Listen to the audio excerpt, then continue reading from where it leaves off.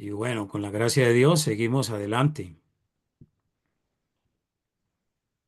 Bien, damos un salto en el tiempo y efectivamente llegamos a la época del final de la Edad Media y el comienzo de la Reforma Protestante. Entonces, hoy vamos a observar las confesiones de fe luteranas. Entonces, nos vamos con Martín Lutero y pues voy a hacerla, pues, compartir estas imágenes para que nos guíen en nuestra clase. Y bueno, entonces tenemos básicamente los credos y confesiones ya en la época de la Reforma. La primera confesión que estudiaremos es la Confesión de Fe de Habsburgo y vamos a hacer un análisis histórico con algunos antecedentes. No vamos a ver todas las confesiones porque son muy largas, tienen bastantes artículos, pero he extraído de la Confesión de Fe de Habsburgo y de los artículos de la Liga de Esmacalda, es lo que vamos a estudiar esta noche, examinando algunos tópicos como les envié, tal como les envié en el día de ayer. Eso es lo que vamos a desarrollar con análisis doctrinales e históricos. Bueno, nosotros podemos entender que para que Lutero hubiera hecho lo que hizo, realmente hubo una etapa previa muy interesante en la vida de Martín Lutero y fue su temor, su miedo efectivamente a la condenación eterna y buscaba por todos los medios la manera de cómo alcanzar la seguridad de su conciencia, de estar en paz con Dios. Como sabemos, probó muchas cosas como monje, peregrinaciones a Roma, em, las flagelaciones, los ayunos, los rezos, cientos de rosarios y bueno, todo lo que la iglesia romana a través de toda la Edad Media había inventado. Fue una vez a Roma con el exclusivo fin de ver la calavera y los huesos de Juan el Bautista, supuestamente. También las cenizas del apóstol Pedro, supuestamente de Pablo también. De la misma manera, la iglesia hablaba de que habían astillas de la cruz de Cristo y engañaban a la gente, la iglesia romana, los papas y todo el contexto cardenalicio y la jerarquía romana acerca de la leche virginal de la Virgen María. Siempre tenían en unas botellitas pequeñas leche de cabra y cómo la gente no se va a dar cuenta que no podía ser leche maternal de la Virgen María, porque se hubiera evaporado hace cientos y cientos, miles de años prácticamente. Pero la gente creía, la gente era muy crédula, como pasa hoy, ¿no? Con las falsas doctrinas y falsas enseñanzas muchas veces. Por ende, pues Lutero llega a un punto en que la guía muy providencial de su mentor y la persona que lo guiaba allí en el monasterio, que era el otro cura llamado Juan Staupitz, fue su gran mentor y era su maestro. Pero Lutero ya tenía una trayectoria muy amplia y muy grande de estudios teológicos, sobre todo con los padres de los primeros siglos, más o menos los que estuvimos viendo, pero seguramente el padre posapostólico que marca la vida de manera especial de Martín Lutero fue Agustín de Hipona. Pero conocía la doctrina de Ambrosio, de Jerónimo también, los padres pues, apostólicos del segundo, tercer, cuarto y quinto siglo. Eran expertos, estudiaban el trivium y el quadrivium, que era prácticamente estudiar dos o tres carreras al mismo tiempo. Entonces, aparte de todo esto, de la parte teológica, pues tenía que graduarse en historia, en Sagrada Escritura y en todo lo atinente a la formación medieval teológica de las dos escuelas mayoritarias que existieron, como fueron los nominalistas y por lo tanto también la otra escuela que se me escapa en este momento, alguno lo recuerda, eran nominalistas y los universalistas prácticamente. En otras palabras, también había una influencia tanto de Platón, aún en toda la filosofía cristiana y teología, como del filósofo Aristóteles. Entonces, pero lo que más atormentaba a Martín era la conciencia culpable. Se han hecho estudios pormenorizados de qué fue lo que pasó realmente con Martín y algunos historiadores siguiendo, eh, creo que pautas equivocadas. eh, por ejemplo, Freud decía que realmente Martín Lutero, como no era un hombre casado, estaba perturbado sexualmente y él quería tener relaciones con alguna mujer, una monja, etcétera, pero efectivamente la prohibición que había en materia de sexo para los hombres que estaban en un monasterio como sacerdotes o las monjas que estaban en los conventos. Esto trajo una perturbación mental y psicológica a Martín Lutero. Y por lo tanto, Freud dice que Lutero efectivamente se sentía atormentado por la libido masculina, el deseo sexual, y que esto lo mantenía en un estado permanente de un sentimiento de culpa muy grande. Pero otros han dicho que efectivamente, em, por el lado de los marxistas, ¿no?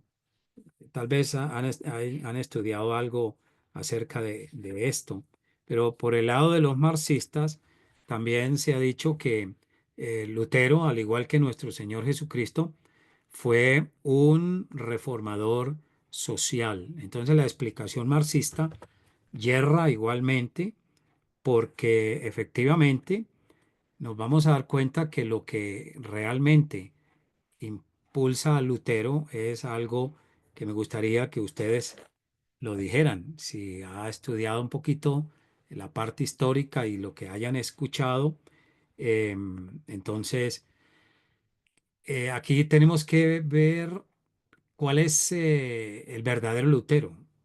¿Quién es el verdadero Martín Lutero? Lo que llevó a cabo. Esto es muy importante descifrarlo, pero me gustaría indagar en primera instancia con ustedes si ha examinado esta parte y realmente qué fue lo que condujo a Lutero, aparte de las tesis que les he acabado de escribir.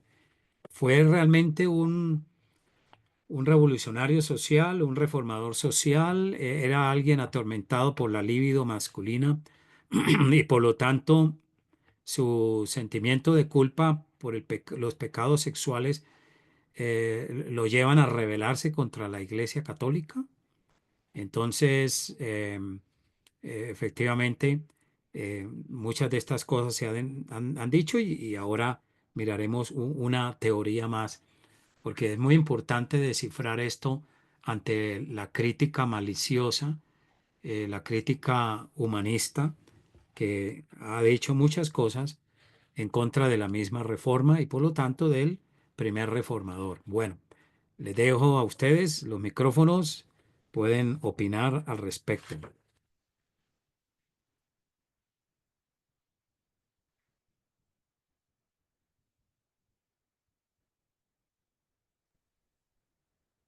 Buenas noches, hermanos. Buenas noches, hermana Jansin, ¿Cómo adelante. está? Bien, Es, gracias. bueno, Martín Lutero lo que tenía era que lo indignaba lo que la Iglesia Católica practicaba en aquellos momentos, la Iglesia de Roma practicaba, y él se rebeló porque estaba en contra de lo que había estudiado en la palabra del Señor. Muy bien, creo que vamos en el camino de ahondar en esta respuesta. Muy bien, gracias, hermana Jansin. ¿Quién más estima qué pasó realmente con Martín Lutero?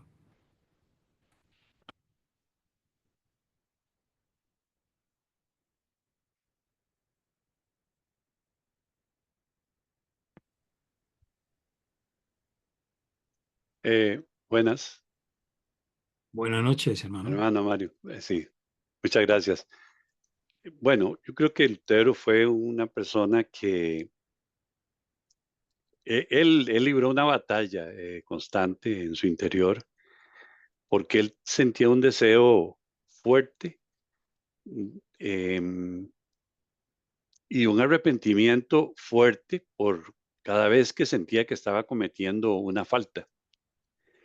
Dicen, ¿verdad? Que llegaba incluso al tema, era de Agustino, los agustinos eran sumamente rígidos en su norma, en su regla, perdón. Pero él encontraba que no más confesando un pecado y recibiendo el perdón, de pronto se encontraba cometiendo otro pecado. Dicen que él incluso a veces hubo una época en que se confesaba todos los días, porque él veía que todos los días pecaba.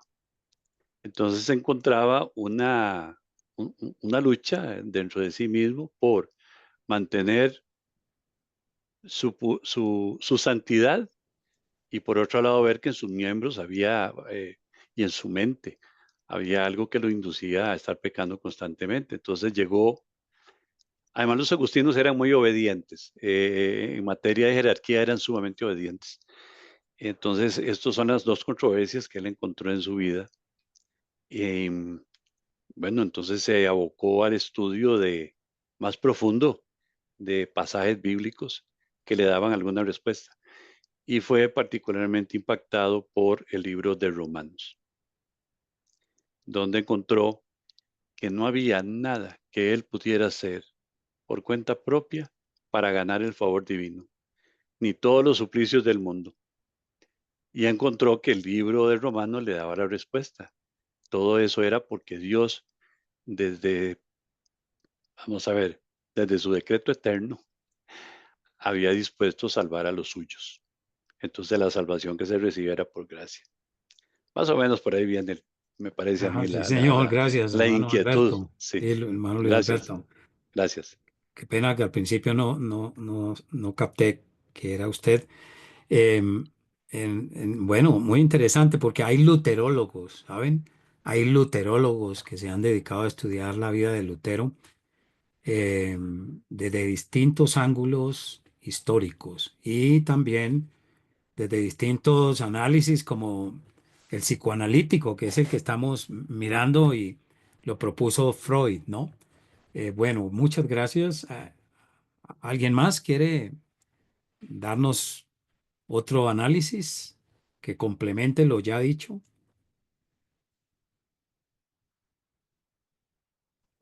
Yo tengo un comentario, buenas noches, Adelante, hermano. que me parece, no sé si Lutero lo que hizo fue, digamos, analizar el sistema que se implicaba, digamos, en la Iglesia Católica en relación con la consistencia con las Sagradas Escrituras, porque a veces es algo que uno debería hacer en las iglesias, digamos, a veces se aplican obras o situaciones o prácticas que no son acordes a las Escrituras. Sí, señor, muy interesante.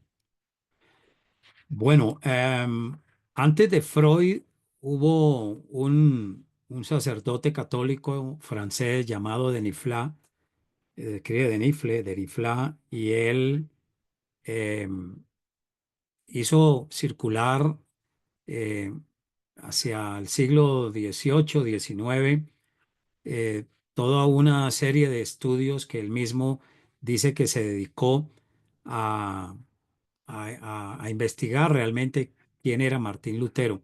Y él, creo que de ahí se pegó Freud, ¿no? De ahí se vino Freud a desarrollar su teoría en los tiempos modernos. Y dice de Netflix que Lutero era un hombre, era alguien muy especial, pero era un producto de la decadencia católica romana por la vía de la inmoralidad sexual. Y en el convento él era un monje muy orgulloso, petulante, eh, que miraba de reojo a las monjas y vivía atormentado por el pecado sexual. Entonces, realmente lo que Lutero hizo fue levantar, dice, bueno, para decirlo en español, de Nifle, es este sacerdote, bueno, era un teólogo renombrado en la Iglesia Católica, tanto en Francia como en Alemania. Dice que Lutero realmente lo que hizo para tratar de ocultar, de vencer sus debilidades, fue levantar una doctrina errónea como la justificación por la fe sola, solo por gracia, sola fe, solo Cristo, sola Escritura, las 5 llamadas solas, pero especialmente la doctrina de la justificación por la fe, dice de Nifle, fue una pantalla que levantó para ocultar todas sus debilidades y sus pecados. Y lo presenta no como ningún reformador, sino como un rebelde. Lutero fue un rebelde. Por eso el Papa León X habló de un cerdo salvaje, que era un jabalí rebelde que estaba destruyendo la viña de nuestro Señor Jesucristo, que era en su momento la Iglesia Católica Romana. Bueno, es la tesis psicoanalista, ¿no? Pero la marxista, pues es la que le mencioné también en relación a que fue realmente un reformador social. El mismo Marx tiene un capítulo destinado a Lutero en su libro en el Capital, en el grande, en el grueso, que más o menos llega a 750 páginas, y se dedica Marx a glorificar a Lutero como un verdadero reformador social que ayudó a la gente pobre, que estimuló un cambio en la sociedad alemana y por lo tanto tuvo un efecto tan grande que afectó a toda Europa. Y Marx habla de los tiranos, de los hombres ricos, los opresores, y prácticamente Lutero fue un libertador de los campesinos, de los pobres, pese a que tuvo un desliz, dice Marx, con los campesinos, cuando prácticamente estuvo de acuerdo en que las tropas alemanas entraran a los campos y masacraron bueno, no recuerdo la cantidad, pero se cuenta más o menos más de 800. Una muerte, no solamente en el lugar donde Maguncia, donde estaba Lutero, sino en otros reinos alemanes, en toda Alemania, ¿no? Más o menos la cifra que se ha estimado es que pasan de 1000 los campesinos muertos. Bueno, Marx lo fustiga duro, pero él dice que Marx dice que la revolución definitivamente trae inherente en ella una nueva madre que llega a dar a luz un nuevo estado de cosas. La revolución es necesaria como una nueva madre que surge para dar lugar a los cambios que dentro del comunismo y el socialismo Marx propuso. Entonces, en otro sentido, como que suavizó la metida de pata de Martín Lutero. Aunque Lutero estaba convencido por la carta a Romanos, capítulo 13, ¿no? Acerca de la importancia de que el cristiano debe someterse a las autoridades que Dios ha establecido, como dice la carta a los romanos. Vamos a dar la palabra a mi tocayo, hermano Mario Campbell. Adelante, hermano. Bendiciones.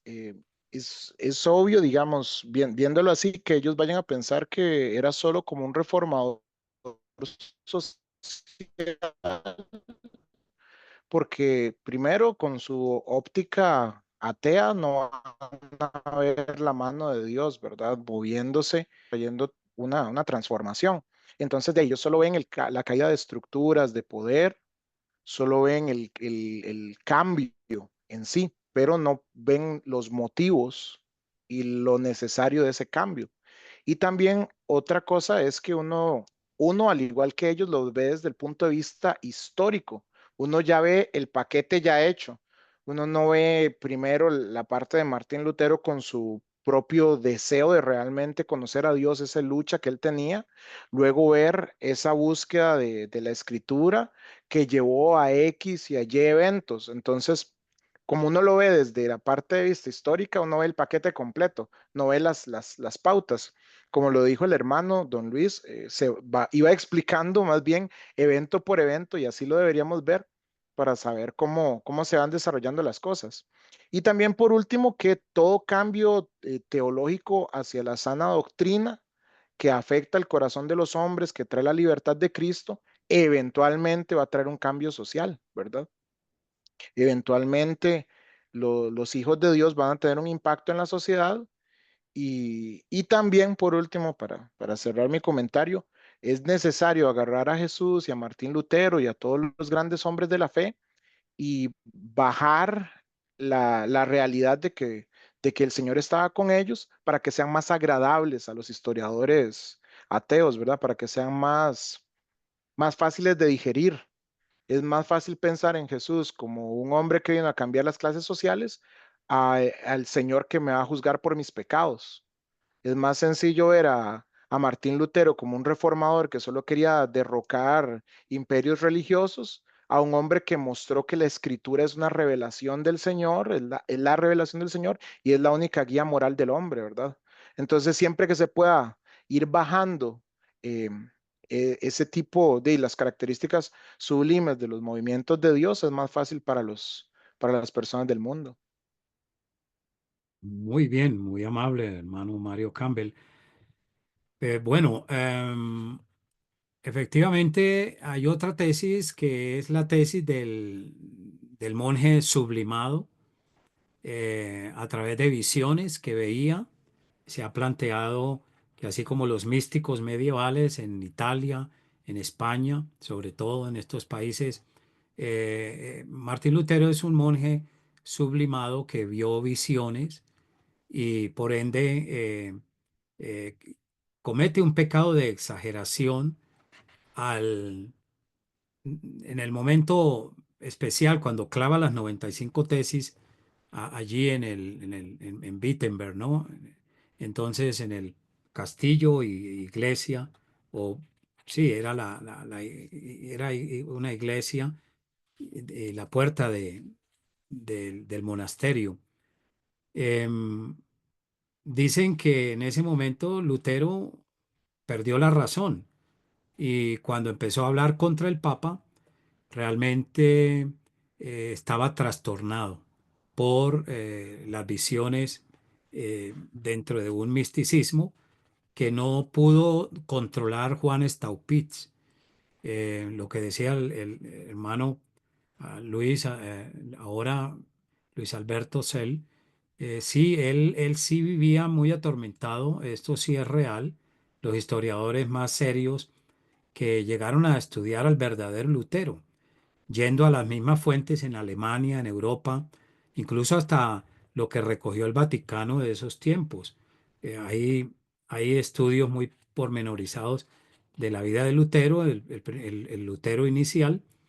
El mismo Vaticano y algunos teólogos han reconocido que efectivamente Lutero no puede ubicarse dentro de estas tres teorías que se han dado, la marxista, la psicoanalítica y la mística, en relación a un monje sobreexaltado en su conciencia, y que por el hecho de no alcanzar la paz mental, él sufre un trastorno serio, llevado por visiones, y por lo tanto eso caló en la sociedad alemana.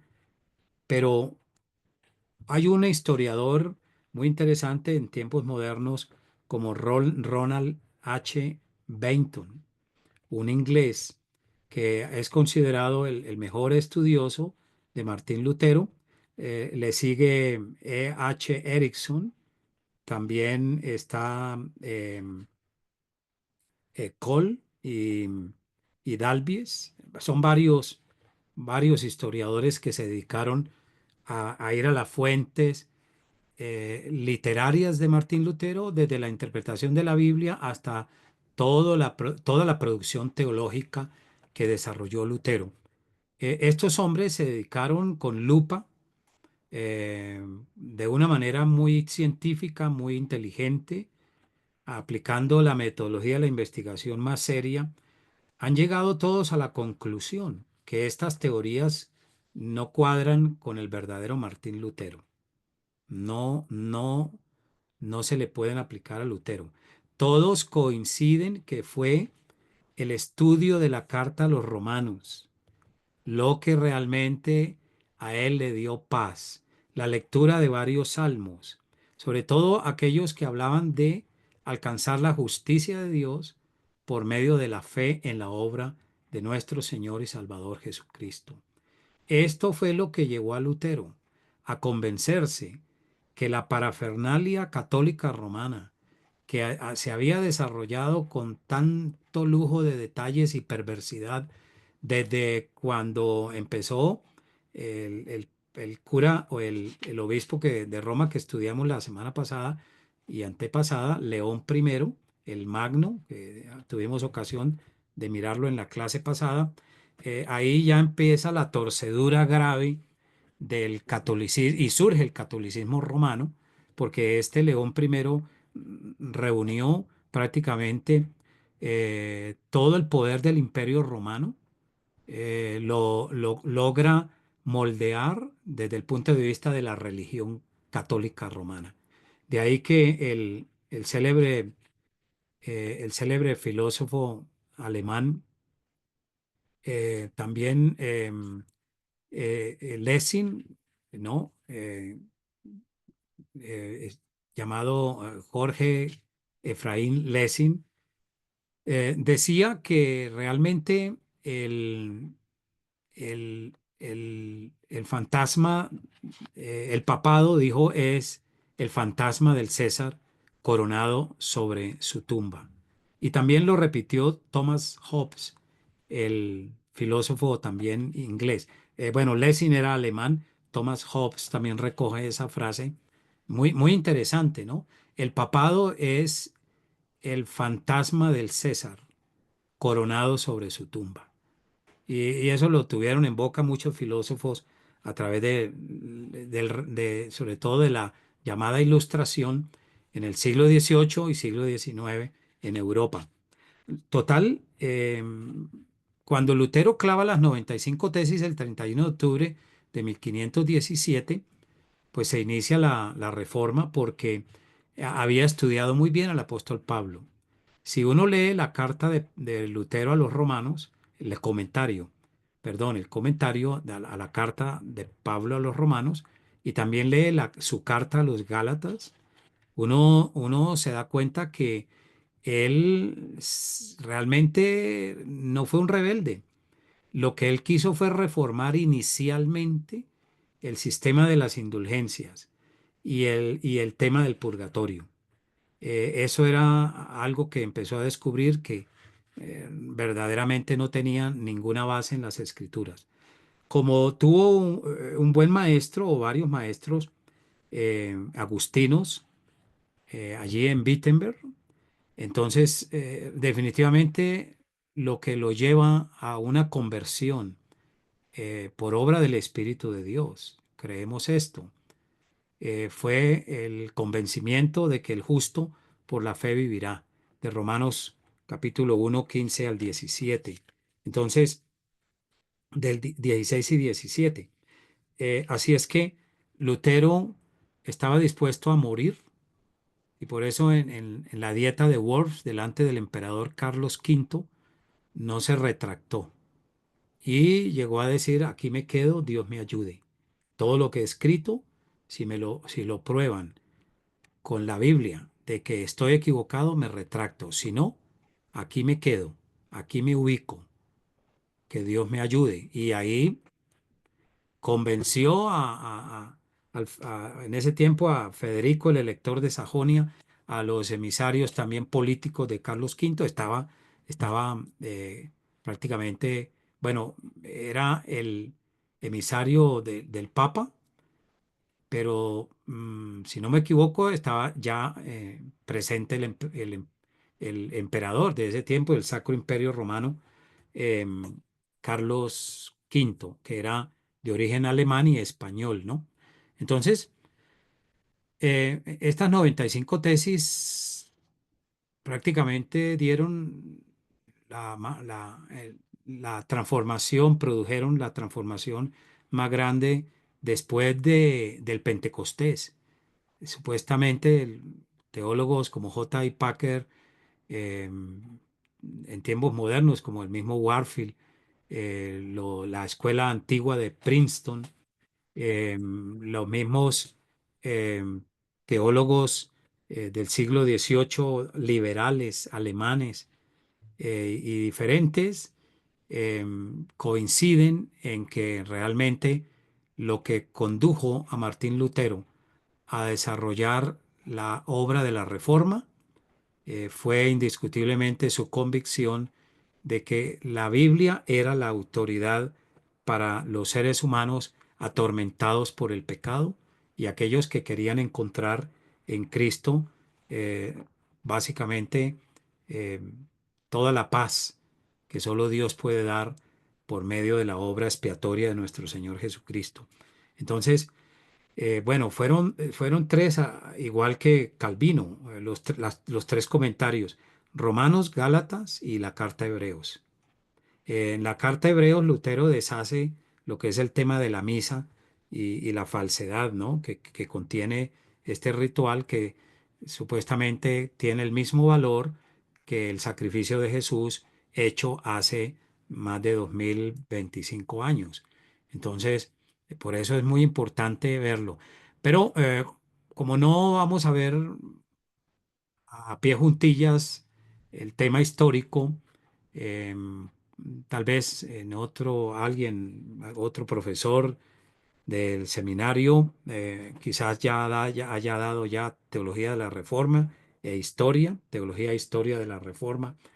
Me parece que podríamos dejar hasta aquí este análisis y pasamos a ver justamente la Confesión de Fe de Habsburgo, que realmente después de el triunfo de la Reforma con Martín Lutero, sobre todo los reformadores de la primera generación, con Zwinglio, Melanchthon, bueno, habían otros reformadores, el mismo Karlstadt en Alemania y otros. em, Vino una reunión en Augsburgo porque habían empezado los problemas, ¿no? Entre católicos y protestantes y empezaron guerras, problemas serios. Los católicos eh, comandados por el Papa, fíjese, comandados por el Papa, porque el Papa tenía sus propios ejércitos e influía mucho políticamente con los emperadores. Entonces, bueno, tenían su forma de hacer que los emperadores dirigieran sus ejércitos en contra de los herejes o de los rebeldes, como ellos decían. Pero ya para el tiempo de, de la Dieta de Habsburgo, que básicamente está hacia 1530, ya mucho más adelante, después de las 95 tesis, em, es- se le dio el encargo a Felipe Melanchthon, ¿no? Y él fue el que redactó. Otros dicen que fue en asocio con Martín Lutero, pero la mayoría de historiadores dicen que Lutero encarga a Melanchthon y él la redacta. Era un compañero mayor que Lutero, 17 años. Le llevaba 17 años a Martín Lutero y murió primero, también Melanchthon. El emperador, al darse cuenta, Carlos V, que había muchas refriegas entre católicos y protestantes, y empezó también las refriegas entre los seguidores de Zwinglio, los seguidores de Martín Lutero, los seguidores de este otro, el reformador escocés, em, que da origen a la iglesia presbiteriana en Escocia, John por Knox. John Knox, muchas gracias. Empezaron a haber luchas doctrinales, lo que veíamos también hace 8 días. Era difícil ponerse de acuerdo. Los mismos reformados tenían muchos problemas y era comprensible porque estaba incipiente, no la rebelión, sino la reforma. Es una reforma, fue una reforma porque se basaron en las escrituras y ¿qué quisieron reformar? A la Iglesia Católica. Esencialmente, desde el puro principio, lo que quisieron los reformadores fue que el Papa se arrepintiera, que abandonara su orgullo, su arrogancia y decretara en realidad que la Iglesia iba a volver iba a continuar en los pasos de los primeros 4 siglos de los primeros 4 concilios, más bien, porque, bueno, el cuarto concilio, que fue el de Calcedonia, sí, efectivamente, los primeros 4 siglos también, los reformadores pedían que los papas abandonaran también el estilo como reyes, vivían mejor que reyes y el autoritarismo que implantaron y hacer una reforma de toda la doctrina que se había desarrollado en la Edad Media, o sea, con la iglesia papal, con la iglesia sacramental, la iglesia medieval. En consecuencia, como el papado no quiso y más bien trató de matar a Lutero y empezó los ejércitos también en Francia de Francisco I y otros en otros reinos a matar protestantes, pues entonces Carlos V se ve en la necesidad de organizar una reunión en Augsburgo en 1530 y allí se presenta esta confesión de fe, que también tuvo problemas entre los mismos luteranos, ¿no? No se ponían de acuerdo. Y, y efectivamente, esta confesión de fe de Habsburgo es el texto más importante de las iglesias luteranas en su sentido doctrinal en todo el mundo, donde quiera hay iglesias luteranas. Entonces, ¿tienen algún comentario o inquietud sobre este aspecto inicial que estamos tocando, hermanos?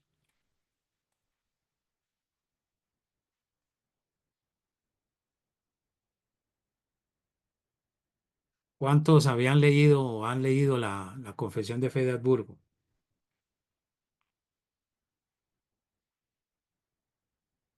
Que la haya leído toda. Pues no es muy larga, es más bien breve. Yo Bueno, hermano Luis Alberto. provengo de una familia luterana, alemana. Oh, Esa es la razón, pero no sé, creo que llegan hasta mediados del siglo XIX y cuando empieza el siglo XX cambia totalmente, empieza a cambiar la iglesia luterana hacia una visión más liberal. sí, Entonces ahí se da un rompimiento. sí, definitivamente el liberalismo en Alemania Sí, trastornó a la iglesia luterana. sí, Eso sí, es muy cierto. sí.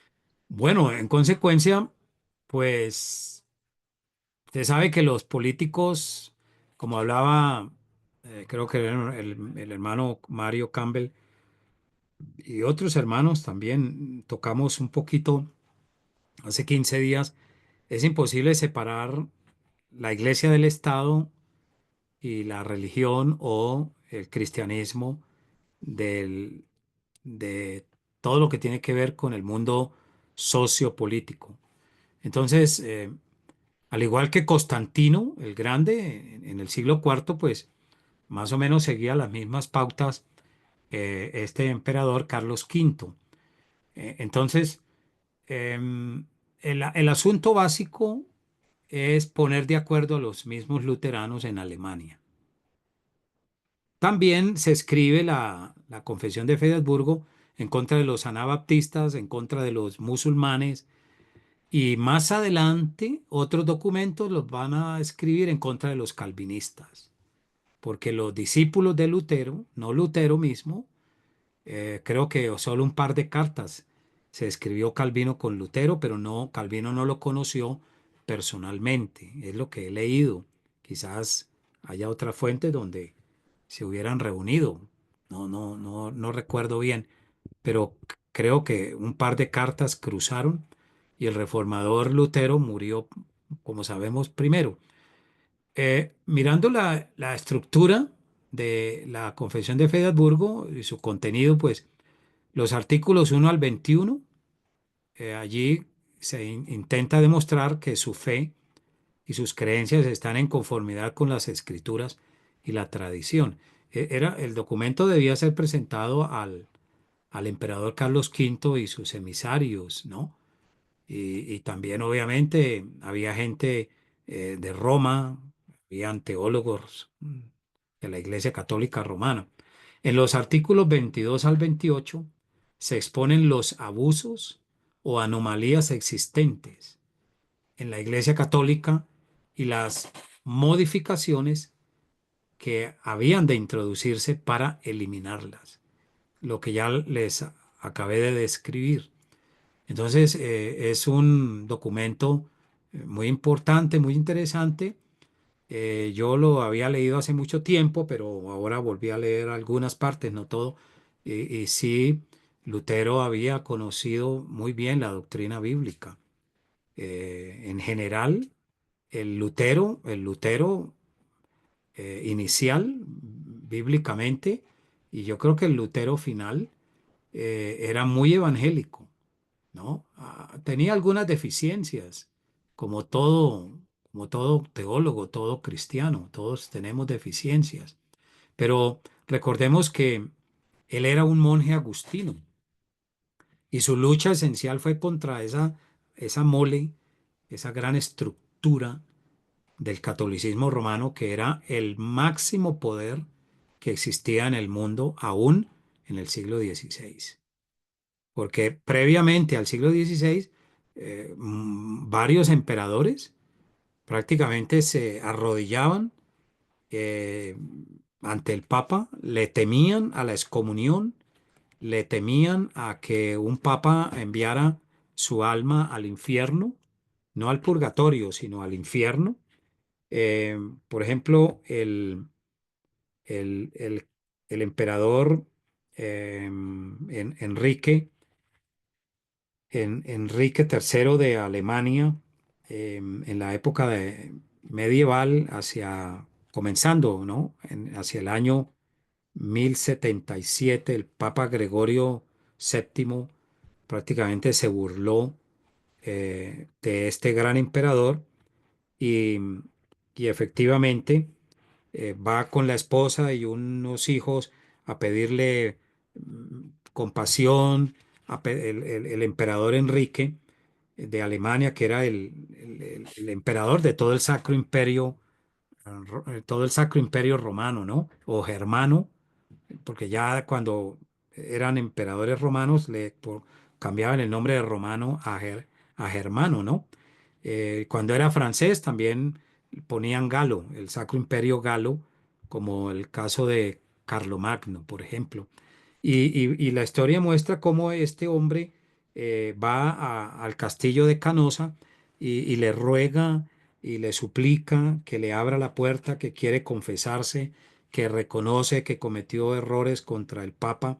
Y hay unas pinturas donde colocan en la parte de arriba del castillo papal a sacerdotes, a cardenales con concubinas. Salían a burlarse del pobre Enrique, el emperador del Sacro Imperio Germánico, y eran prostitutas que estaban al servicio del mismo castillo y todo lo que tenía que ver con el Vaticano, y se burlan, ¿no?, del pobre emperador.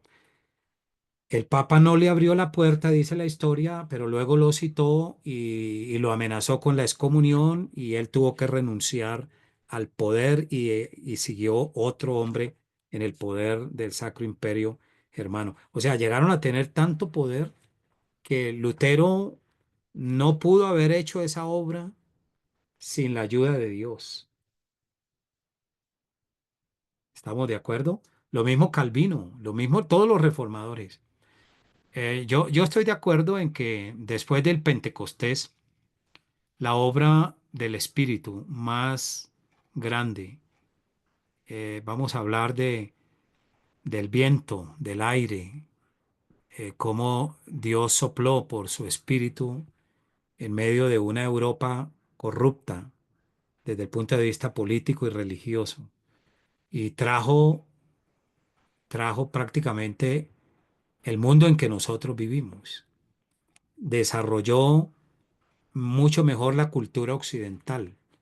Todo lo que tenemos hoy a nivel social, a nivel democrático, a nivel republicano, a nivel científico, a nivel, sí, democrático y político y social, a nivel de libertades individuales, se lo debemos es a la reforma. Todo el avance de este hemisferio occidental, con todo lo que tenemos, disfrutamos de esta tecnología, todo lo que hay, el comienzo de la ciencia moderna se le debe a los escritos de los reformadores, especialmente de Calvino, ¿no? Calvino influyó mucho en todo este escenario. Hay buenos libros que ha publicado Clear sobre la influencia de Calvino en la cultura moderna, en la cultura occidental. Creo que hay 2 o 3 libros que han publicado en Clear muy buenos, se los recomiendo. Sobre todo el de Greg Singer, que es muy breve pero muy sustancioso. Y he leído otros 2 que me parecen formidables, de última generación de, de impresión que ha hecho Editorial Clear, el pastor Guillermo Green. Entonces, queridos hermanos, pues em, esto es formidable, ¿no? Ver que efectivamente, vamos a decirlo de esta manera, nosotros somos herederos de la Reforma. Bien o mal, cuando vinieron los misioneros presbiterianos que no traían ya ningún enfoque reformado, sobre todo en el siglo XIX, que es cuando comienza la emancipación de los países hispanoamericanos. Vino la presbiteriana, la misma luterana, varias misiones, sobre todo de los Estados Unidos, pero también vino la iglesia anglicana de Inglaterra. eh, eh, bueno, diferentes misiones que poblaron nuestro continente. Su país, Costa Rica, ha sido una base desde el siglo XIX muy interesante, una base formidable que Dios ha usado para la recepción de muchos misioneros porque llegaban allí a aprender el español y luego viajaban por todo el continente latinoamericano, Centro y Suramérica. Entonces, creo que nosotros somos herederos de la reforma y debemos a la que mucha gente derramó su sangre para que se viera el fruto de la reforma posteriormente con la fundación de los Estados Unidos, ¿no? Y de ahí vino prácticamente la obra de Dios No defiendo a Estados Unidos como nación política de pronto, como, como sino yo veo más la formación cultural de Estados Unidos desde la llegada de los puritanos de Inglaterra. Los primeros puritanos de primera y segunda generación fueron muy buenos. Ya la tercera y cuarta se perdieron en el capitalismo. Es decir, adoraron el dinero. No digo que el capitalismo sea malo, no. El capitalismo es un medio de intercambio muy natural en el sentido del libre mercado. El problema del capitalismo no está en sí mismo, en la forma como se comercia, sino el problema es el pecado de la codicia, de la avaricia, la falta de compasión con los más vulnerables. Bueno, y a todo esto pues se liga la estructura política y el manejo burocrático de las finanzas de un Estado. Pero esencialmente Estados Unidos ha sido el país que por el lado cristiano evangélico nos dio el evangelio. Y Costa Rica siempre fue una base muy bendecida por Dios en ese sentido. He estudiado algo de esto. Leí la historia de C.P. Danger, el que compiló la concordancia más grande y poderosa basada en la Reina Valera 1909 y 1960. Un hombre, un inglés, bueno, inglés o americano, que eh, duró escribiendo esa concordancia casi 40 años, toda la vida. Le escribía allá en una finca cerca de San José, ahí en su país, ¿no? A mí me encanta lo que vi de Costa Rica en mi único viaje que he podido hacer, muy tranquilo, muy pacífico. Y realmente me maravilló ver esa historia del que escribió. No sé si entienden lo que estoy hablando de la concordancia en español de toda la Biblia. Uno encuentra en esa concordancia lo que necesite y lo que no recuerde de la Biblia, lo encuentra allí.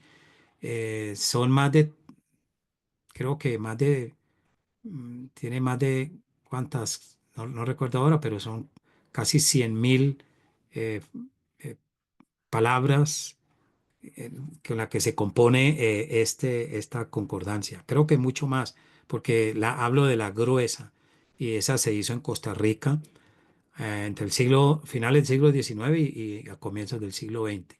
Si saben esta historia, hermanos ticos, sí, muy, muy interesante. Allí en Costa Rica se hizo la mejor concordancia de Reina Valera, ¿no? Pero es un libro enorme. Hoy tenemos por ahí resúmenes de concordancias, pero se hizo en su país. Qué interesante, ¿no?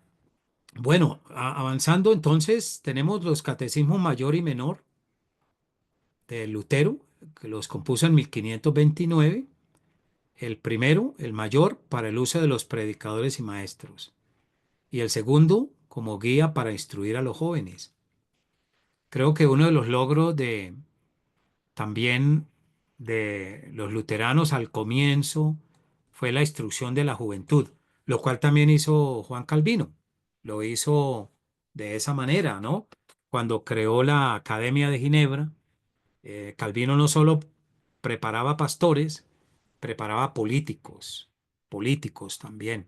Permítanme que tengo aquí la confesión de la iglesia de J. C. Hanse, un holandés. Es muy buena, es un comentario al catecismo de Heidelberg, muy sucinto, pero muy contundente. Yo lo he usado en la iglesia domingo tras domingo, en el pasado lo hemos usado y es formidable. Entonces, eran catecismos, eran documentos muy bien hechos, bien desarrollados, y ustedes saben, los dos teólogos que encargó el Estado político, porque estaba unida la iglesia y sigue unida.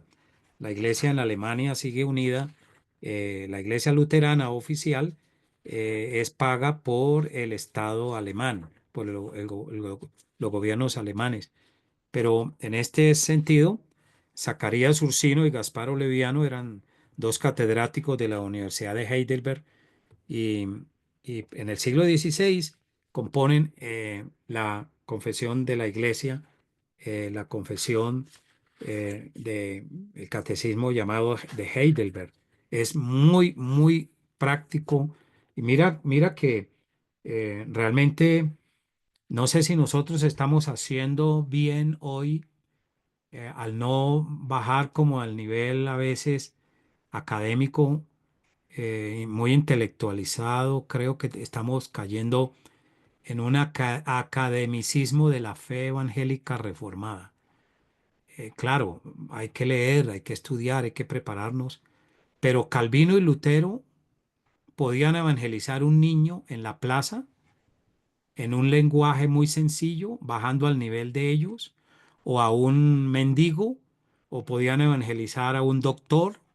Estaban muy bien preparados, pero no academizaron la fe o la intelectualizaron en unos niveles tan elevados que prácticamente creo que estamos yendo también de nuevo al escolasticismo protestante. Estos catecismos eran dados para el pueblo, muy sencillo, pero no estoy diciendo que no debamos ser doctores, no debemos tener maestrías, estudiar idiomas bíblicos, es necesario hacerlo. Lo que estoy diciendo es que debemos a veces en la iglesia bajar la terminología. Hay gente que está viniendo, están empezando su vida cristiana y a veces no entienden lo que podemos hablar desde el púlpito. Sí presentamos un sermón demasiado teologizado. Entonces, en esto Lutero fue un maestro. Él hablaba a todos los públicos. Lo mismo Calvino, eh, Teodoro de Beza, muchos más. Por eso la reforma también fue una reforma que tocó la mente y el corazón del pueblo más sencillo en Europa en esos tiempos. Por eso la traducción de Lutero del Nuevo Testamento al alemán, ¿no? Primero, en 8 meses la tradujo, tradujo el Nuevo Testamento. Eso es algo especial. Bueno, entonces tenemos también la fórmula de Concordia, hecha en 1577, ya por las refriegas entre los mismos luteranos, pero también con los calvinistas, con otros grupos, y, y prácticamente el mismo estado político pide, oiga, pónganse de acuerdo, no peleen tanto. Entonces, se saca este documento, la fórmula de Concordia, preparada por un teólogo luterano, Andrea, era Jacob Andrea, Jacob Andrea. Y bueno, hizo un resumen prácticamente de lo que ya se había trabajado en las confesiones luteranas. Bueno, efectivamente, pues vamos a mirar ahora eh, bueno, ahora finalmente tenemos los artículos de Esmacalda, también escritos por Martín Lutero, hacia 1537. Esto fue antes del anterior documento, la Fórmula de Concordia. Ya había muerto Lutero en la Fórmula de Concordia, pero aquí la firmaron muchos teólogos evangélicos y la iglesia se pacifica, la iglesia luterana, y son artículos también muy destacados, muy importantes dentro de todo ese marco de la historia de los credos y confesiones de fe que han habido en la iglesia.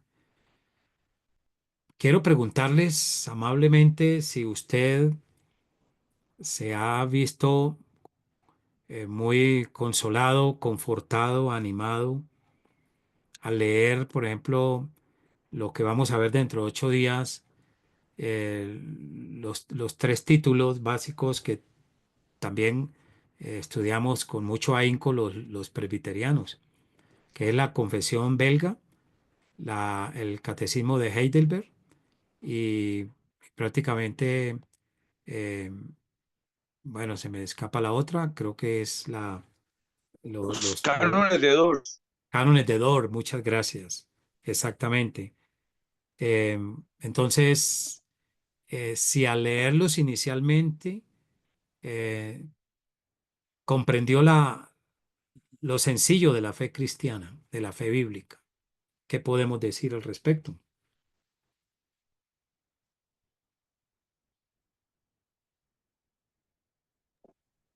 Bueno, yo particularmente, profesor, yo los cánones de Dort lo he enseñado en iglesia, en la escuela dominical, y como dice usted, a un lenguaje llano, y realmente de por sí fue hecho con un lenguaje bastante entendible para todas las masas. Yo entiendo que esos son fundamentos que están eh, subordinados a la palabra de Dios, pero son muy útiles en la iglesia. La iglesia debe ser confesional y la iglesia, el pecado que ha cometido hoy en día es que creen de todo, creen cualquier cosa y por no ser confesionales.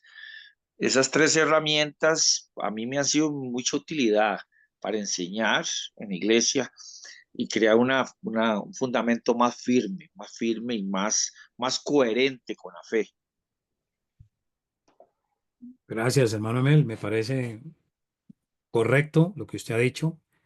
La iglesia debe ser confesional, por supuesto. Son resúmenes de la fe, de la Biblia, de la palabra, o sea, interpretación, pero muy resumida. Y el pueblo que está comenzando su vida cristiana se nutre muy bien de estos, por lo menos estos tres títulos básicos que tenemos, ¿no? Bueno, no sé si alguien más quiere compartir su inquietud o experiencia al respecto. Bueno, vamos a avanzar. Entonces, recordemos los artículos de Esmacalda, muy interesantes dentro de la fe luterana. Eh, Vamos a mirar unos artículos que he escogido eh, para desarrollarlos un tanto en el resto de tiempo que nos queda. Y primero comenzamos con la Confesión de Fe de Augsburgo, compuesta hacia 1530. Y primero está el gobierno civil. En ese artículo yo veo que Lutero es muy bíblico, es muy correcto, aunque es muy sencillo lo que se propone allí. Bueno, em, esencialmente dice que en lo que concierne al Estado y al gobierno temporal, enseñamos que todas las autoridades en el mundo, los gobiernos y las leyes civiles que mantienen el orden público, son instituciones excelentes, creadas y establecidas por Dios. Y un cristiano es libre de ejercer las funciones de magistrado, soberano o juez. También habla de hacer la guerra justa. Bueno, Calvino también eh, cree en la guerra justa, pero Lutero no habló de la pena de muerte. Entonces, eh, en este artículo 16, dentro de la teología luterana, pues Lutero, en otros comentarios a los libros bíblicos y en otros escritos, sobre todo pueden consultar eh, a los a los fieles, ¿cómo es? Se llama a los fieles, bueno, algo así, a los cristianos de la nación alemana, donde se mete con el tema del gobierno más a fondo. Entonces, eh, creo que Lutero sí cometió un error y eso se ha detectado en cuanto a su interpretación del gobierno o el gobierno civil o el estado político, y es que dijo que Dios tiene dos tipos de gobierno, el espiritual y el temporal. El temporal es el estado, ¿no? Y esto equivale a los conocidos dos reinos como doctrina luterana que se sostiene hoy en toda la iglesia luterana, doquiera existe la iglesia luterana. Bueno, quizás en Alemania ha cambiado mucho porque el liberalismo sí ha trastornado bastante los orígenes y las raíces del verdadero luteranismo. Lutero consideraba que la razón debía predominar en la política. Calvino, ¿qué decía? Bueno, de esto vamos a hablar con más detalle más adelante porque también vamos a tocar un poco las declaraciones de Calvino sobre el Estado o gobierno civil. Pero podemos adelantarnos y me gustaría escuchar a alguno de ustedes.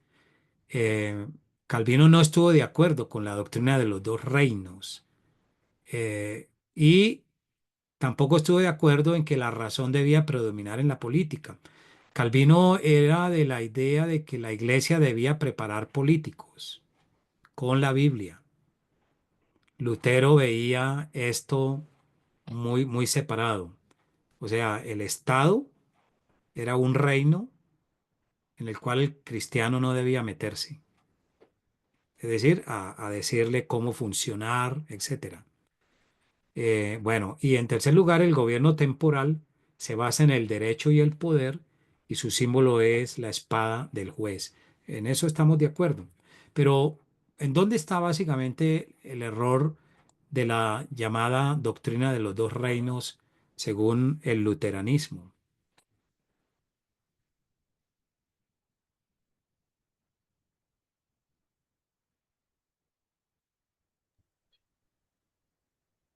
En que Bueno, pone al gobernante civil al mismo nivel que a Dios, es decir, la ley del gobernante civil estaría al mismo nivel que la ley de Dios, lo cual es un error grandísimo.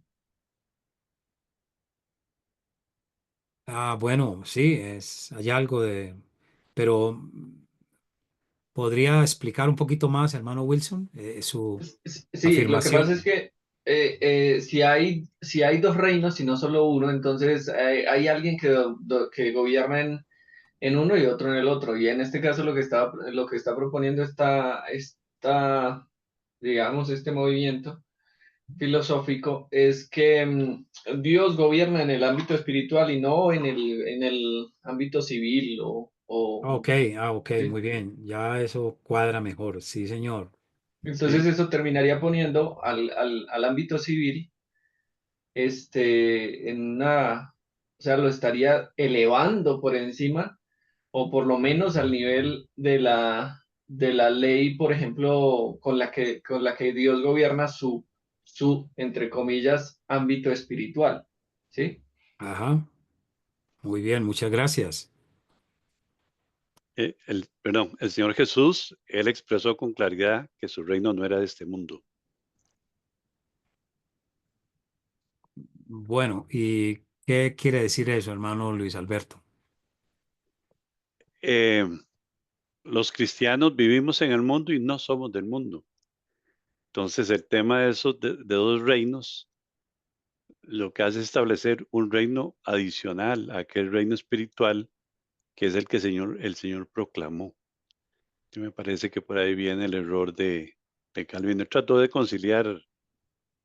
eh, Fue una persona muy respetuosa del emperador y de Sí, los soberanos, ujú, un hombre de su tiempo, pero ahí creo que en eso consistió el error de él, tratar de darle igual validez al reino temporal de personas que suben al trono y luego su hijo y luego su nieto, o después de una guerra el que conquistó, o en nuestro caso cada 4 años, la persona que es elegida. No solamente es una estadía temporal, sino que además es un reino que al fin y al cabo va a terminar, un mundo que va a terminar. muy interesante, gracias, hermano Luis Alberto. Hermano Gravin, adelante. Hermano, y no creo que en pocas palabras comete el error de lo que hemos venido hablando, ¿verdad? Trata de separar al ser religioso de la política. Y hemos visto en clases anteriores que eso y no es posible. Sí, señor. Gracias, hermano Odman, adelante. Sí, cuando ahí dice que, por ejemplo, se considera la razón, la forma o la medida, pues, de la verdad, ahí hay un problema porque entonces no se está entendiendo que realmente el hombre está depravado. Pues entonces, obviamente, lo que se llaman las consecuencias no éticas del pecado o los efectos no éticos del pecado, es decir, cómo el pecado eh, tiene efectos sobre nuestra razón. Ahí lo que está diciendo, como lo dijo el hermano Wilson, es que se está equiparando la razón a Dios. O sea, es decir, es puro, o sea, en este caso concreto sería un humanismo donde el hombre es el que determina la ley, se cree que es autónomo. Y el problema de eso es que terminamos obviamente creando tiranías, como muchas veces pasó, incluyendo en Alemania, donde se pensaba que, bueno, lo que diga el, el tirano de turno es la verdad y es lo que debería ser lo correcto. Entonces, claro, no somos, no estamos en dos reinos, estamos en un solo rey y nuestro rey es Jesucristo. Y todas las demás esferas, sea la familia, sea la iglesia y sea el gobierno civil, están eh, instituidos por Dios y deben ser llevados precisamente por su ley, que está en la palabra. Eso fue el problema que vio Lutero, o sea, que trajo ese pensamiento luterano al hecho de que pues, simplemente dejó encerrada a la iglesia en cuatro paredes y permitió que el gobernante civil hiciera lo que quisiera, porque al final son dos reinos, son dos cosas completamente separadas. Ujú, exacto. Vamos matizando ya mucho mejor lo que quiero que descubramos. De hecho, Hermano Jaime Ruesta, adelante.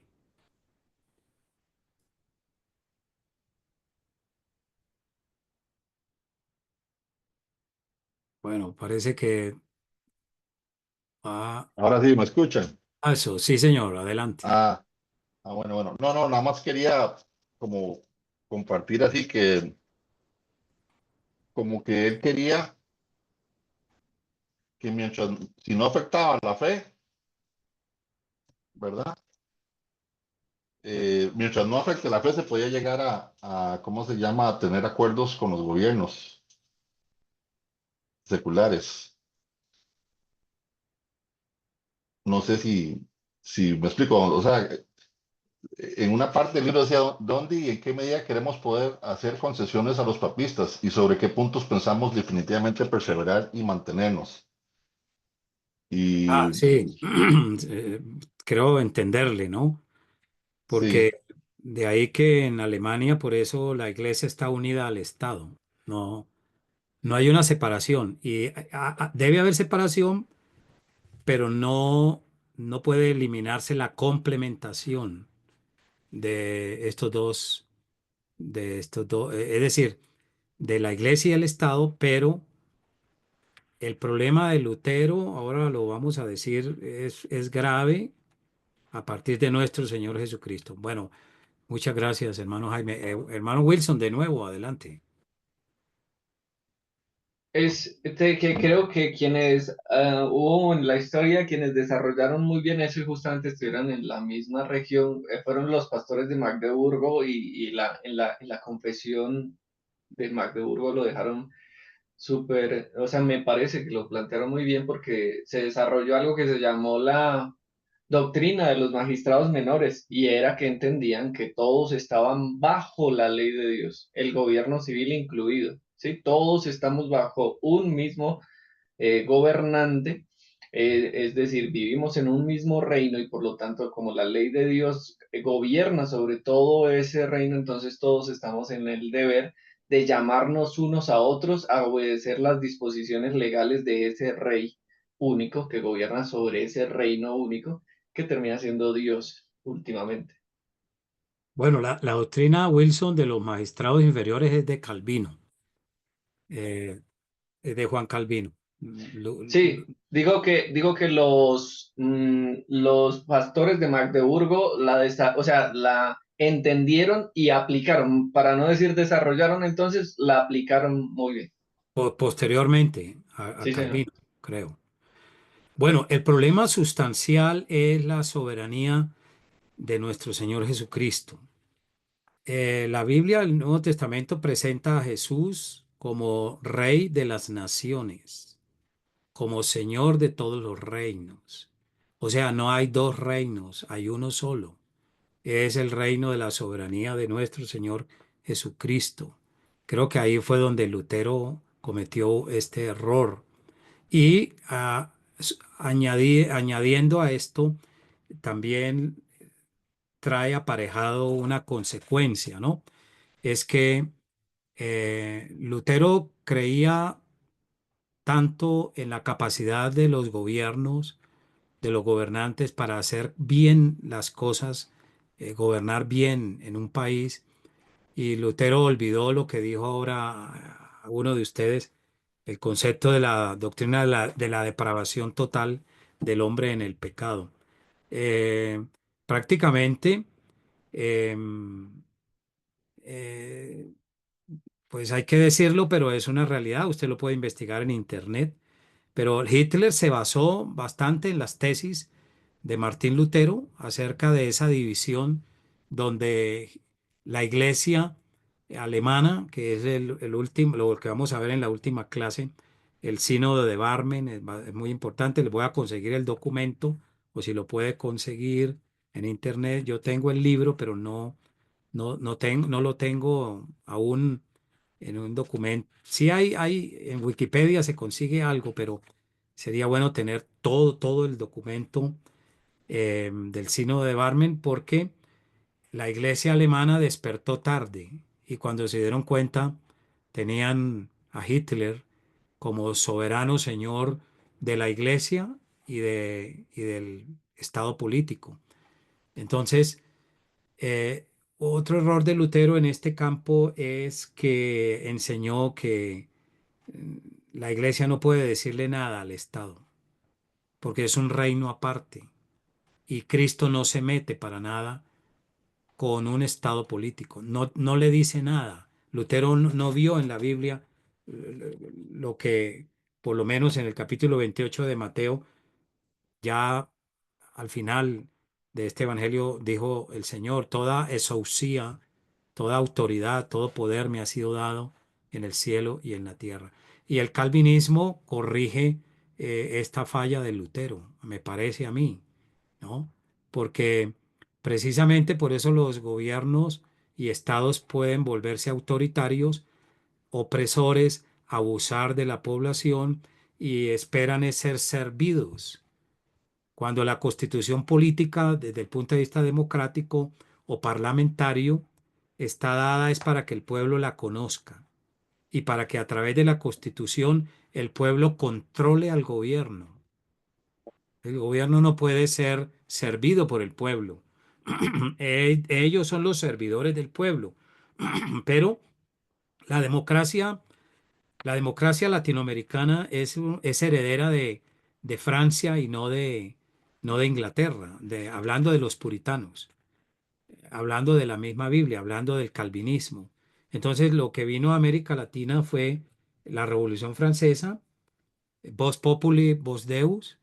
Tenemos, como dijo JJ Rousseau en su libro, el contrato social, ¿no? Se hace un contrato social con el gobernante y el pueblo sencillamente debe seguir las reglas del gobernante, pero debe olvidar, dijo Rousseau, que la ley divina gobierna al Estado. Y cuando la iglesia no es capaz de decir nada de manera sabia, organizada, a través de oficios, documentos escritos, hacer llegar a los senados, a los congresos, a las cámaras, a la presidencia de la República, cuando están prácticamente abusando del poder. Si la iglesia no dice nada, entonces el gobernante va a creer que la iglesia está de acuerdo con todo lo que hacen. Y por eso el exceso de poder y de falsedad que hay en mi país, Colombia, igual que en México, con el problema del narcotráfico, México está siendo destruido y lo ha acabado ya el narcotráfico. Lo ha acabado. Pasó en Colombia, pero nosotros logramos ya superar esa etapa y nos quedan solo unos problemas de las guerrillas que no se sometieron y están comerciando con cocaína, con oro y con esmeraldas y formaron bandas y hay una pelea fuerte con el Estado. Pero este gobierno que es socialista no ha combatido ejemplarmente a estas bandas, lo mismo que hizo Andrés Manuel López Obrador en México, que le entregó prácticamente el país al narcotráfico. Eso pasó en Colombia hace 25 años, pero ya aquí eso se acabó. Entonces, aunque se acabó es entre comillas, porque de todas maneras en todos los países ha sido muy difícil controlar este flagelo, ¿no?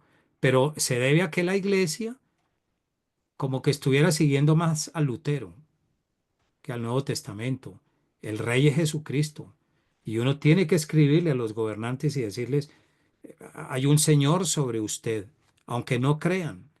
Hay un Señor que es el Señor de todo el mundo, incluye la política, incluye la familia, la iglesia, la sociedad, el comercio. En eso soy seguidor de Kuyper, pero Kuyper siguió mucho a Calvino en esta parte, pero no lo voy a discutir más porque vamos a dejar algo de este tema para la próxima clase. Adelante, hermano Oldman, de nuevo. Sí, sí, muy rápido. No solamente que, pastor, que se olvidaron del Nuevo Testamento, sino del Antiguo Testamento, porque Ajá, nosotros sí. podemos ver casos, voy a nombrar rápidamente, por ejemplo, como, por ejemplo, Natán reprendía al rey David, o un Ujú, profeta al exacto. rey Jeroboam, perdón, Elías, al rey Acab, Azarías, Samuel. al rey Samuel. Y bueno, Daniel reprendiendo, por ejemplo, el rey de Babilonia. Entonces, hay muchos más casos, ¿no? Pero creo que está muy claro en la propia palabra de Dios que los gobiernos civiles, aunque no sean, entre comillas, cristianos, que también están bajo la ley de Dios. Y el Antiguo Testamento, toda la Biblia lo muestra de manera clara. Amén. Totalmente de acuerdo estoy. Eso es lo que nos ha hecho falta. No, bueno, si hay hermanos que tienen vocación para la política, deberíamos prepararlos. Para mí es como un ministerio en la esfera pública, en la esfera civil. Nos hace falta que haya hombres de verdad, mujeres temerosos de Dios en la esfera pública. Bueno, me quedan un pocos minutos. Yo creo que voy a tener que terminar la próxima clase y conecto todo esto con lo que viene, Dios mediante, para nuestra próxima clase. Pero podemos mirar el artículo 18. Perdone que acorte abruptamente el tema, ¿no? Me parece que es muy apasionante el tema del gobierno civil y el concepto del Estado desde la óptica del luteranismo y del calvinismo. Entonces, todo esto dio razón de ser a Europa, ¿no? La Europa libre, la Europa protestante, que hoy se olvidó de Dios. Pero el concepto de libre albedrío en Lutero fue una de las doctrinas más sólidas que Lutero pudo elaborar en su batalla contra el humanista Erasmo de Rotterdam. Aunque si usted lee el libro de Lutero, La voluntad determinada, así salió por el título por la editorial La Aurora de Argentina, allá en la década de los años 60.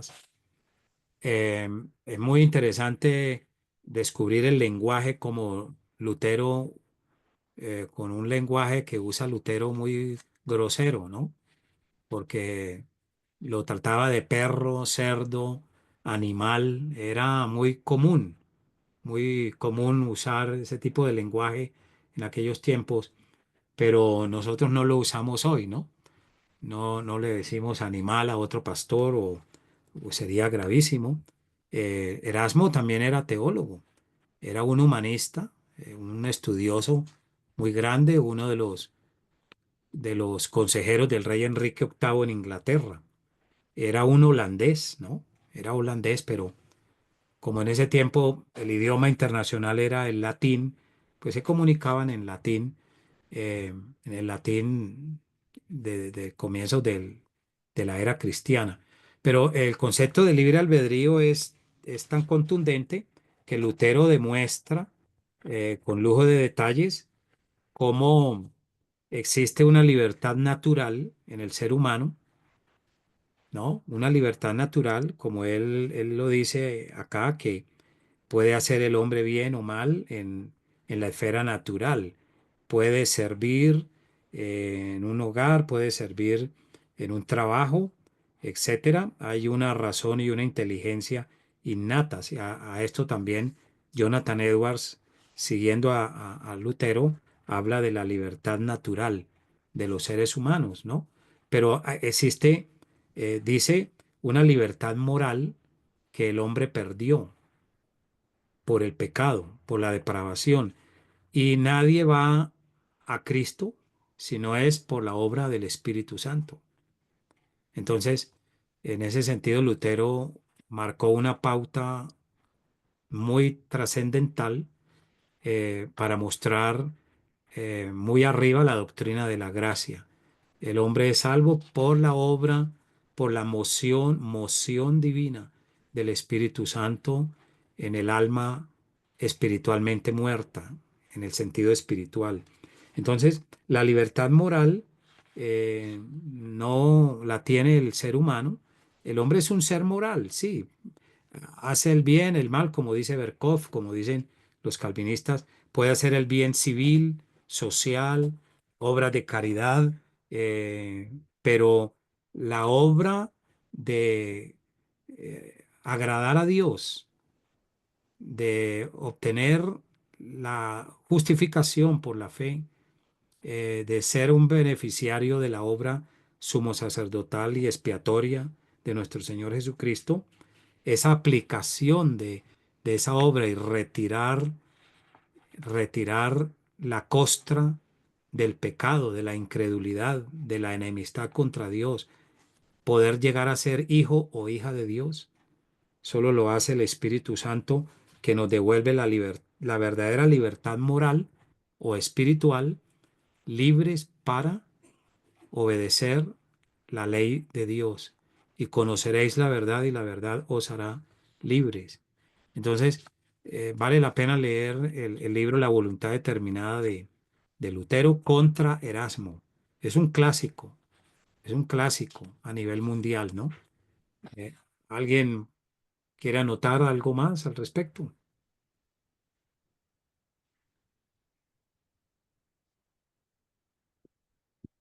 Bueno, entonces, em, ese es el artículo 18, ¿no? De la Confesión de Habsburgo. Y el último, el artículo 20, que me parece largo, bastante extenso, la fe y las obras.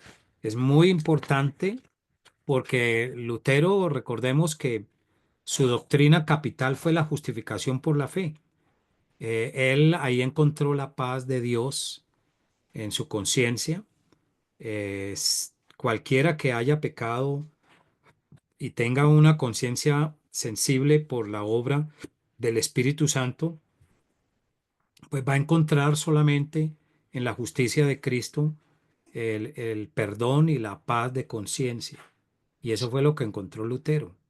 Entonces, em, esencialmente, al principio se acusó al luteranismo y los escritos de Lutero de que el hombre era salvo por la fe, pero no se necesitaban obras. Bueno, las obras no, como dice él mismo, no son para salvación, sino como enseña el apóstol Pablo, es el fruto de la verdadera fe, las obras, ¿no? No somos salvos por obras, sino por la gracia de Dios. Y por lo tanto, como dice la carta a Efesios, Pablo lo dijo en toda nitidez, lo voy a leer, permítanme, eh, lo dice así el apóstol. Porque por gracia somos salvos por medio de la fe, y esto no de nosotros, es don de Dios, no por obras para que nadie se gloríe. Somos hechura suya, creados en Cristo Jesús para buenas obras, las cuales Dios preparó de antemano para que anduviéramos en ellas. Lo mismo hace el Santiago, ¿no? La fe sin obras está muerta. Pues una verdadera fe tiene obras, pero las obras, no las obras en sí mismas, sin la fe en Cristo, en la obra de Cristo, no va a producir salvación. Es fe y obras, es un matrimonio que no lo debe separar el hombre. Entonces, en esto Lutero fue extraordinario también. Entendió correctamente la doctrina de la justificación por la fe. Creo que en esto sí Calvino hereda bastante en su institución el pensamiento de Lutero. Y fue muy bien, estuvo muy correcto. Bueno, vamos a ver, nos quedan unos minutos, permítanme, ya entrando a los artículos de Esmacalda de 1537, y Lutero se va con todo contra la misa católica. La misa, ¿qué es misa? ¿Qué significa misa? ¿Alguien ha investigado esto? Este significado, la palabra misa. Misa ha terminado. Ha terminado, muy bien. Hay otro sentido que se le ha dado y es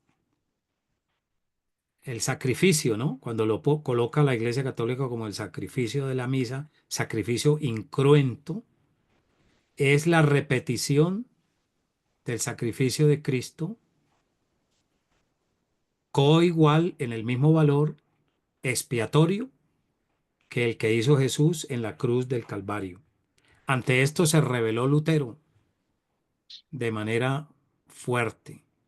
No puede ser que el sacrificio de levantar la hostia, un sacrificio incruento, se pueda equiparar y que tenga el mismo valor que el sacrificio de Jesús en la cruz del Calvario. ¿Por qué no puede ser esto correcto y por qué le debemos dar toda la razón a Lutero cuando él tronó duro con todos estos artículos y sus escritos en contra de la misa? ¿Por qué no puede ser del mismo valor? Quizás porque el sacrificio de Cristo fue una vez por todas y Amén. suficiente. Totalmente cierto, de acuerdo. El sacrificio irrepetible de nuestro Señor. En Hebreos 9:22, el 10:10 al 14, lo cita Martín Lutero en estos artículos y en otros escritos, ¿no?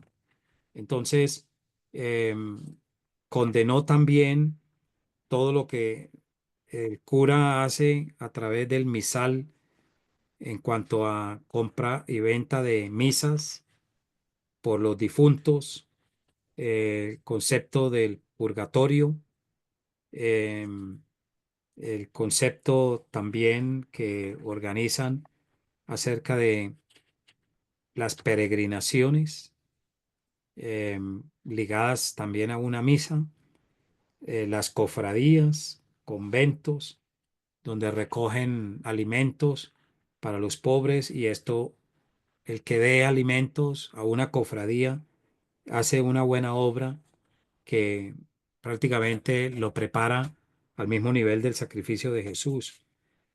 Las reliquias contra las cuales se rebeló Martín Lutero, también ligadas a, a las misas, es decir, se hacían, donde quiera llevaban las reliquias por Europa, pues se hacía una misa y supuestamente eran huesos de los apóstoles, de los santos, lo que les dije al comienzo, la leche maternal de la Virgen María, llevadas en botellitas para mostrarle a la gente eh, el, todo el drama tan increíble de la calavera de Juan el Bautista, que el que la mirara tenía 100 años de perdón en el purgatorio.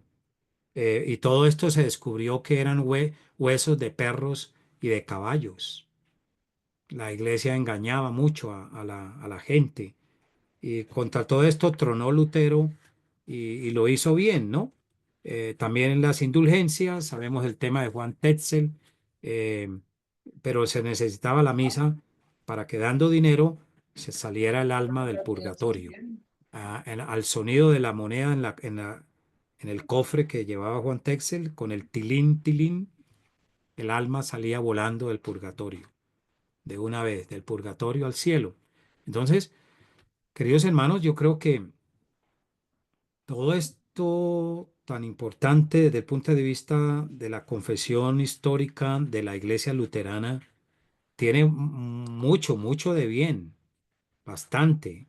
Pero estoy de acuerdo con el hermano Luis Alberto que a partir del siglo XIX, sobre todo con Federico Schleiermacher, eh, prácticamente se dañó la Iglesia luterana.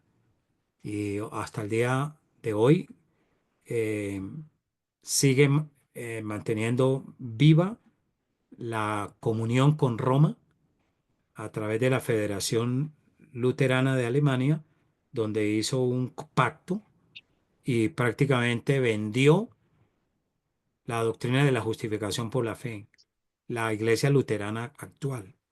El pobre Lutero deberá, como decimos, estarse revolcando en la tumba, porque la Federación Alemana canceló la doctrina de la solo, sola fe, la sola fe en el sacrificio de Cristo. No nos salva nuestra fe propia, nos salva la fe en el objeto en que ponemos la fe, el sacrificio de Jesús, y por lo tanto alcanzamos la justificación por el perdón de los pecados sobre la base de la justicia vicaria y expiatoria de nuestro Salvador Jesucristo. Pero la Iglesia Luterana de hoy canceló eso. Ha sido muy grave y se volvió como una hermana ya de la Iglesia Anglicana y de la Iglesia Católica. Entonces, muy grave esto, ¿no? Bastante grave. Voy a hacer una pregunta basada para terminar y me falta un punto, pero lo desarrollo la próxima clase uniendo a lo que vamos a ver. Em, Aquí tengo esta cita de Segunda de Reyes 5, 17 al 29, que es el tema de Naamán, el sirio, el leproso, y, y ante el milagro que obró Dios a través del profeta Eliseo, se cura de la lepra, ¿no? En Segundo de Reyes 5, 17 al 29 es una historia formidable, maravillosa, pero la pregunta que le quiero hacer, ¿usted asiste o asistiría a una misa por la muerte de un familiar católico, pero es un familiar, tenemos abuelos, tíos, tías, hasta hermanos que de pronto no conocieron la fe cristiana y siguieron en el catolicismo y murieron, ¿no? Murieron en esas condiciones y generalmente pues se hace la misa, ¿no? Si son católicos, los llevan a la iglesia católica. ¿Cómo vemos esto de que el creyente asista a una misa? Calvino dice en su institución que es un sacrilegio que un creyente vaya a la misa. Y el altar católico es un sacrilegio. La misa es un sacrilegio. Lutero también lo vio de esa manera. Pero yo tengo esta escritura, Segunda de Reyes 5, 17 al 29, y me gustaría que nos ubicáramos en el versículo 18 sobre todo, bueno, 17 y 18, para responder la pregunta en relación con si hay libertad de conciencia y desde qué punto de vista lo haría un creyente yendo a una misa. Bueno, en esto no se puede obligar. Tenemos libertad de conciencia, pero necesitamos tener claridad en esto. Entonces, y luego lo vamos a mirar con los versículos 17 y 18 de Segunda de Reyes. ¿Qué opinan ustedes, hermanos?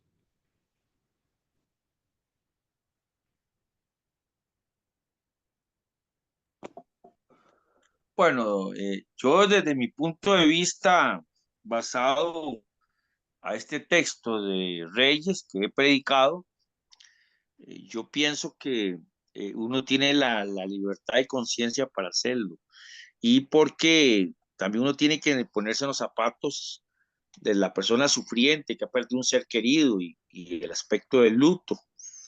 Eh, Recordemos que mucho de lo que dijo Lutero y algo de lo que dijo Calvino es, ellos son hijos del tiempo, ¿verdad? Ujú. Yo siento que esa parte de Lutero, de separar ninguna injerencia en el gobierno civil, pues ya porque él venía en un gobierno monolítico, el Papa que Se le dominaba fue la todo, que comunicación, hermano Emel. No se le fue. podemos escuchar. Yo no le escucho. Sí, voy a No quitar le podemos oír, hermano Emel. Sí, quite el vídeo, hermano. estoy quitando el vídeo. Eso, muy bien. Entonces, en cierta medida, pues uno por asuntos de amor al prójimo y amor a los seres queridos que ha perdido ellos, uno puede ir, digamos, porque este es un asunto de conciencia, siempre y cuando uno no participe, digamos, tampoco se va a acercar uno a tomar la hostia, ni a participar todo eso, ni a rezar por los muertos, pero por un asunto de solidaridad y amor y de estar en el luto con la persona, yo pienso que sí lo puede hacer uno. Este, Como dije, yo he predicado de este pasaje y por eso es que Naamán le pide permiso, que cuando se presente el holocausto, que le dé permiso, que yo me apoye en mi mano y yo me incline en el templo, cuando yo andaba con el soberano a la par, en Naamán. Este, por ese lado, yo no le veo problema. Como vuelvo a Ok, repetir, muy bien. el asunto es así. Muy bien, gracias, hermano Emel. Hermano Irving Romero, tiene la palabra. Hola, buenas noches.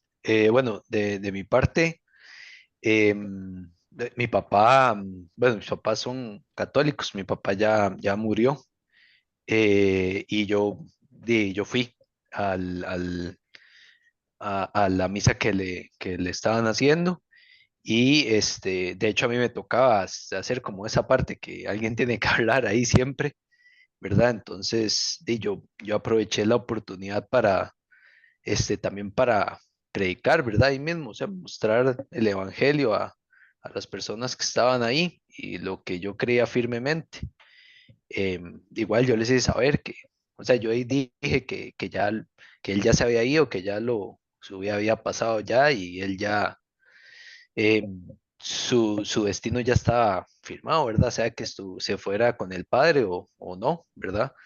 Y así, este, yo creo que también Pablo enseña, este, de la parte cuando habla acerca de lo sacrificado y si comer o no comer y así, ¿verdad? Dentro de la libertad.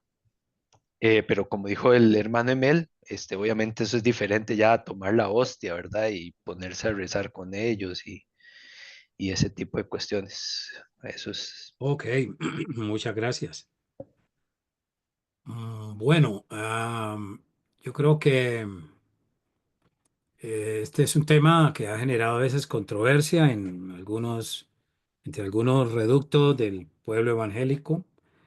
Y vamos a dejar para la semana entrante, Dios mediante, cualquier otra opinión, pero me gustaría que leyeran la Segunda de Reyes 5 17 al 29 y Hebreos, estas citas, Hebreos 9 22 hasta 10 al 14.